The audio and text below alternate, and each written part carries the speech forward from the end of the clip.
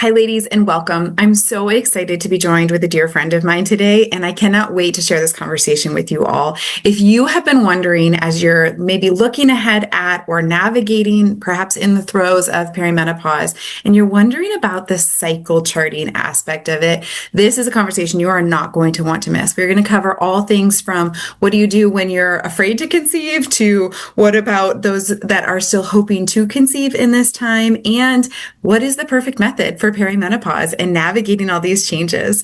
So without further ado, those of you that are brand new here for the first time, I'm Rita Johnson. I'm the owner of Health and Hormones. And here you'll find all things from fatigue solutions to period help, gut healing, and so much more. Let's dive in. So today, you guys, I'm so excited to be joined with my dear friend, Christina Valenzuela. And Christina and I have done an episode before in the past. So if you're remembering hearing of her, I love to talk with Christina. So Christina is the owner and creative director of Pearl and Thistle, where she blends theology and science to bring better body literacy to Catholics. She's a certified Boston Crosscheck instructor since 2013. Her signature course, Cycle Prep, was a 2021 OSV Innovation Challenge finalist. She holds degrees from Notre Dame and Harvard Divinity School. Welcome, Christina. Thanks, Rita. I'm so excited to dive in and chat with you again today. Yay, me too. All right. I love this. And I love that it's been so fun as I've been lining up some of these interviews for those of us that are doing the Perimenopause Workshop. So many of us are in this perimenopausal, and you and I will soon be at the same season with perimenopause and postpartum. Yes, ma'am. Which is just its own set of, things. I will say it's not necessarily all challenge. It's not necessarily all blessings. But yeah, we'll just start from there. So perhaps to the woman that is still hoping that she can conceive, but she hears this word perimenopause almost like it's a death sentence to her fertility. What is something that you work with or talk to with these women that come to you trying to conceive in this season? Yeah, that's an excellent question because it actually is something that's becoming, I think, more and more common, whether that's because we're getting married a little bit later or because women are wanting to have children later into life, or I think maybe even because the kind of like common narrative is that, well, once you hit perimenopause, it's going to be really hard. So buckle up. You're probably going to need IVF. You're probably going to need all of these interventions. And honestly, that's not necessarily the case. So when we look at perimenopause, one of the things that I am going to talk about in the program that we're running this month is kind of assessing where you are in the stages. So we know that in general, for both men and women, fertility does tend to decline after age 35 for lots of different factors, but that doesn't mean the fertility is zero. And so being able to kind of understand where you are in the different stages of perimenopause, how far along you are, but then also like how your particular hormones are showing you that they've adjusted, right? Learning to identify like where my fertile times are, even when my cycles are irregular.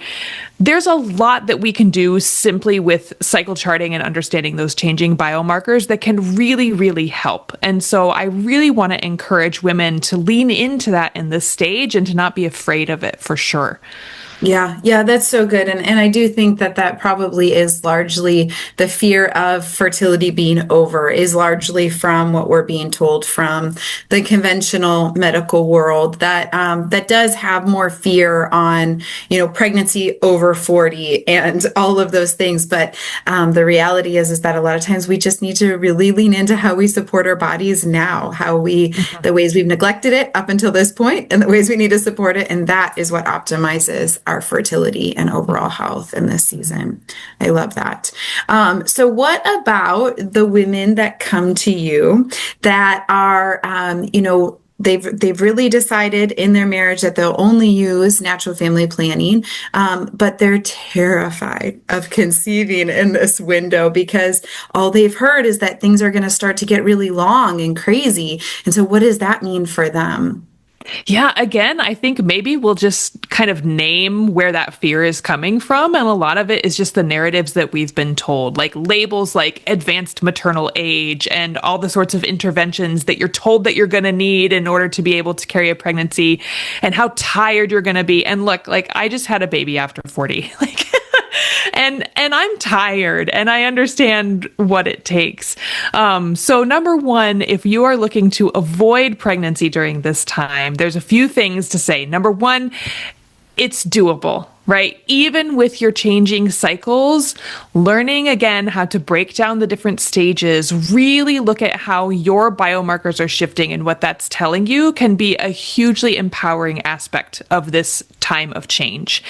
The other thing I think is, as I said, is just to name it and to say, you know what, like I am in this crazy time. These are what we call our sandwich years, right? Like we may be raising small children and taking care of elderly parents.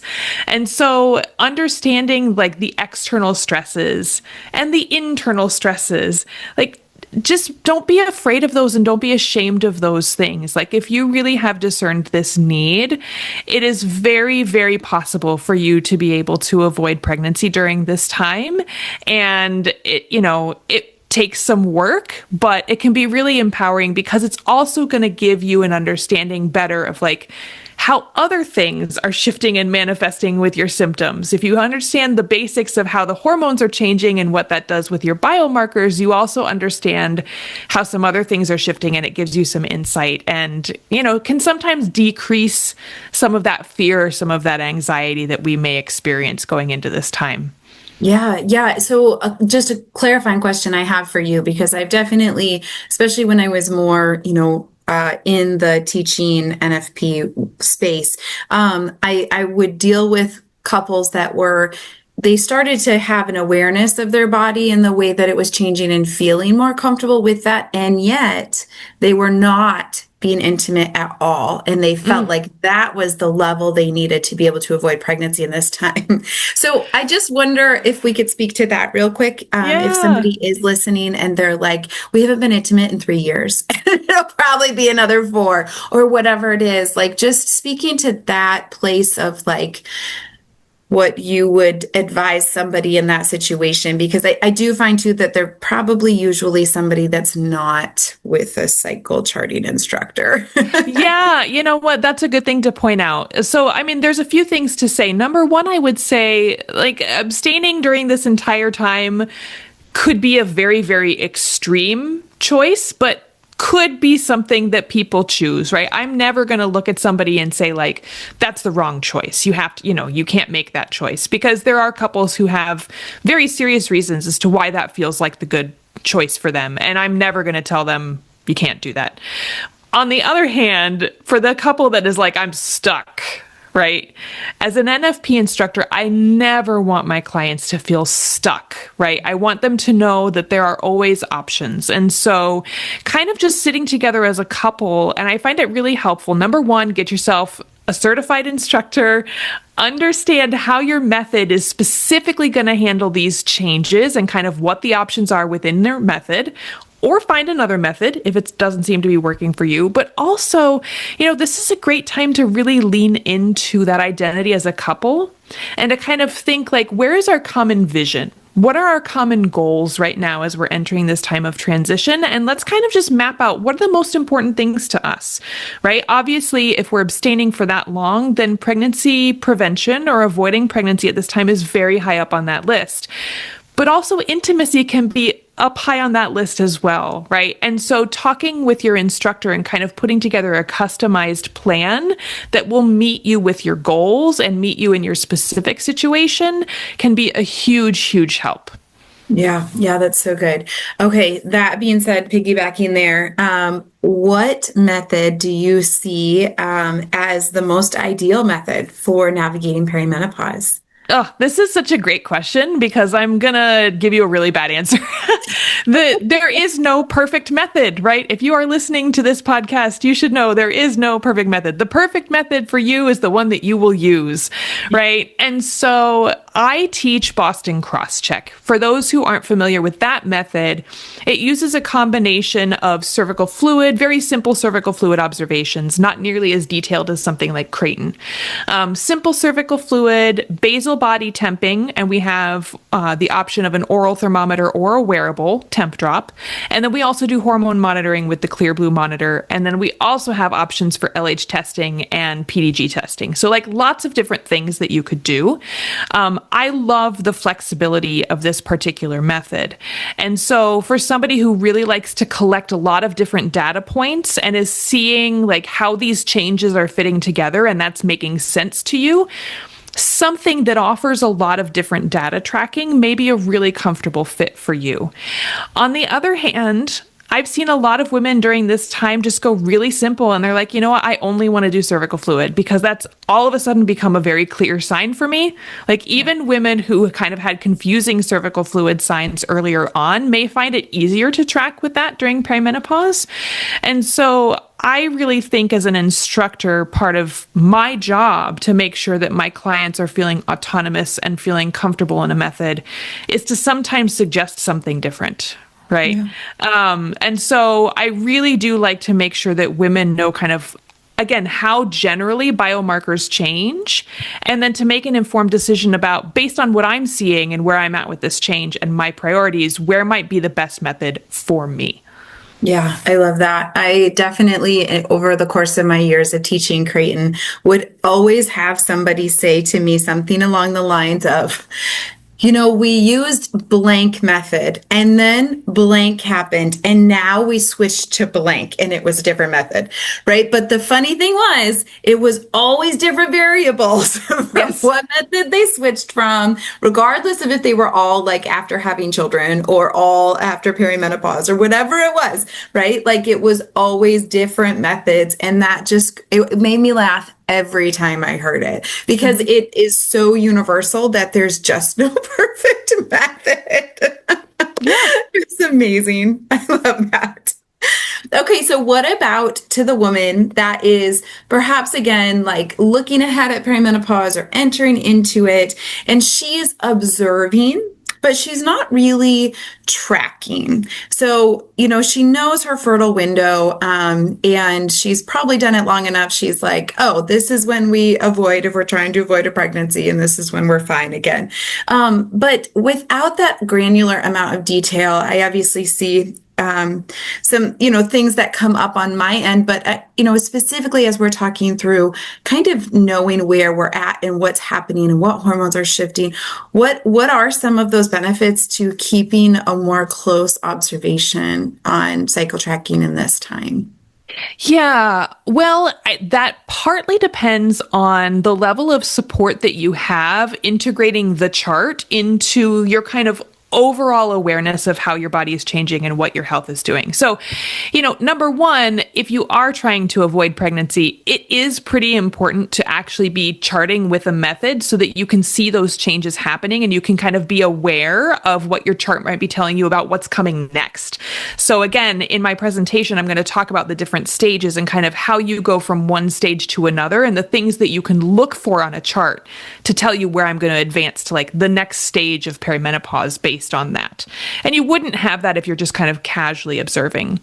But if you have somebody like Rita in your corner who is going to be looking at kind of your fatigue and hot flashes and some of these other symptoms that you're experiencing, and you want to kind of tackle that with diet or with exercise or, you know, any number of other good things that you can do to support yourself during this time, having your chart can really help because you can kind of see like, oh, it looks like on my chart, my progesterone is actually causing some issues on my chart, right? And so maybe that decrease in progesterone is also the thing that is contributing to XYZ symptoms because our bodies are whole, right? And so whatever's happening on the chart is not just happening on the chart, right? The chart is telling you what's happening in your whole body. And so I think that if you have somebody in your corner, or if you have some personal expertise using the chart to kind of decode some of these messages that your body is telling you, you can put together a better picture of your kind of whole health and all of the whole changes that are happening during this time.